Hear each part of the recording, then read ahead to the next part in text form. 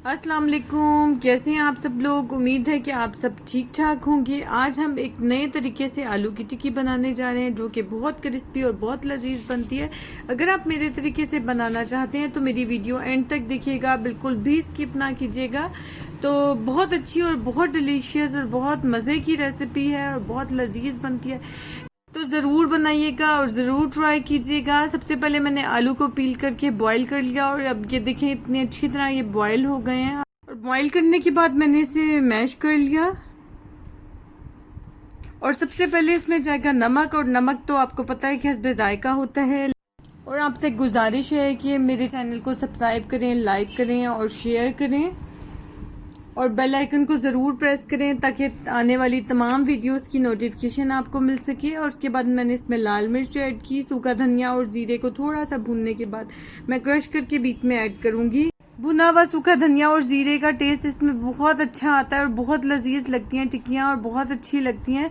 तो 2-4 स्टेप्स हैं जो आप मेरे तरीके से बनाइएगा, उसके बाद आपके बहुत लजीज और बहुत टेस्टी बनेंगी। और ये चाय के साथ तो वैसे ही बहुत अच्छी लगती हैं। आप नान के साथ खाएं, चाय के साथ खाएं। ये आलू का पराठा बना लें, इसका आलू का पराठा भी बहुत टेस्टी लगता है। उसके बाद मैंने इसमें चिली फ्लेक्स ऐड किया और सूखा धनिया और ज़ीरा को क्रश करके मैंने इसमें ऐड कर दिया था। और मैंने इसमें थोड़ी सी काली मिर्च भी ऐड की थी। इसमें ना काली मिर्च का बहुत अच्छा सा टेस्ट आता है और काफ़ी लोग तो सिर्फ काली मिर्च वाली बनाते हैं जो कि बहुत अच्छी और बहुत लजीज लगती हैं। और 2 टेबलस्पून हम इसमें राइस फ्लोर डालेंगे, यानी कि चावल का आटा डालेंगे। और चावल के आटे डालने की वजह से ये बहुत ज़्यादा क्रिस्पी बनती हैं और बहुत अच्छी बनती हैं। उसके बाद इसमें जाएगा पुदीना, और पुदीने की और हरी मिर्च की खुशबू तो इसमें बहुत अच्छी लगती है। पुदीना धनिया को काट कर हम इसमें ऐड करेंगे।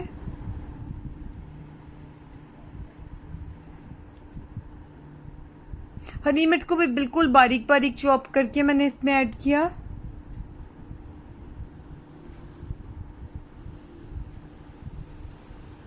इसमें जाएगा प्याज और टमाटर बिल्कुल बारीक बारीक चॉप करके। अगर आपने फ़ौरन बना लेनी है तो आप प्याज और टमाटर का ज़रूर ऐड करें। अगर आपने बना के फ्रीज़ करनी है तो प्याज और टमाटर को आप बीच में से स्किप कर दें, क्योंकि टमाटर और प्याज की वजह से ये जल्दी ख़राब हो जाती हैं। और अमेज़े को अच्छी तरह मिक्स करके मैंने इसे राउंड शेप दे दी है। अगर आप इसकी शेप चेंज करना चाहें, ट्रायंगल बनाना चाहें बच्चों के लिए, या आप स्क्वायर में बनाना चाहें, किसी तरह भी बनाना चाहें, तो आप उसे उस शेप में बना सकते हैं। और मैंने इसे फ्राई करते हुए आपने देखा कि कोई एग नहीं लगाया, मैं एग के बगैर इसे फ्राई कर रही हूँ।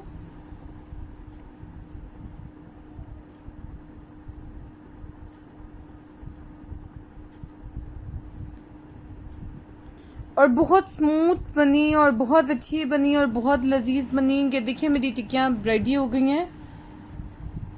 अब मैंने तमाम टिक्कियों को फ्राई कर लिया है और ये मेरी टिक्कियों की फ़ाइनल लुक है। उम्मीद है कि आप सबको पसंद आएगी।